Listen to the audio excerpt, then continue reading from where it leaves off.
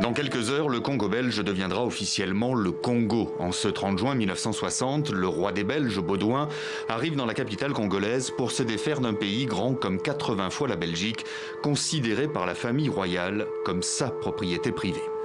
L'indépendance du Congo constitue l'aboutissement de l'œuvre conçue par le génie du roi Léopold II.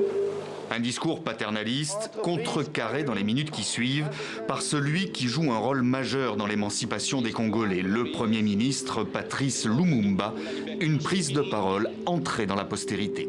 Nous avons connu les ironies, les insultes, les coups que nous devions subir matin, midi et soir, parce que nous étions des nègres.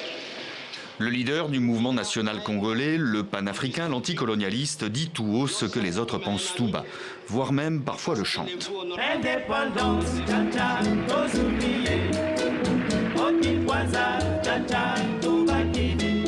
C'est par cette chanson que les Congolais ont appris l'indépendance de leur pays. Seulement la fête sera de courte durée.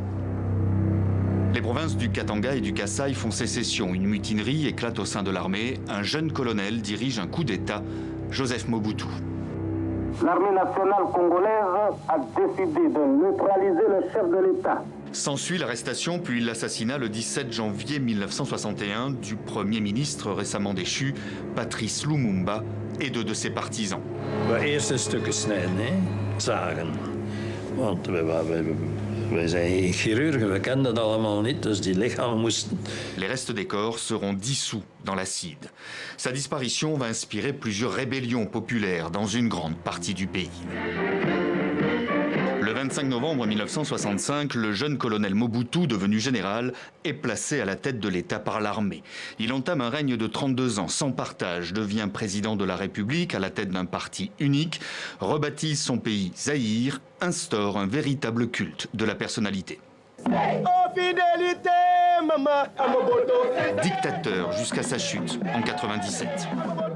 Renversé par Laurent Désiré Kabila, le rebelle des années 60, engagé dans une lutte contre Mobutu, à son tour d'être président. Je jure fidélité à la nation.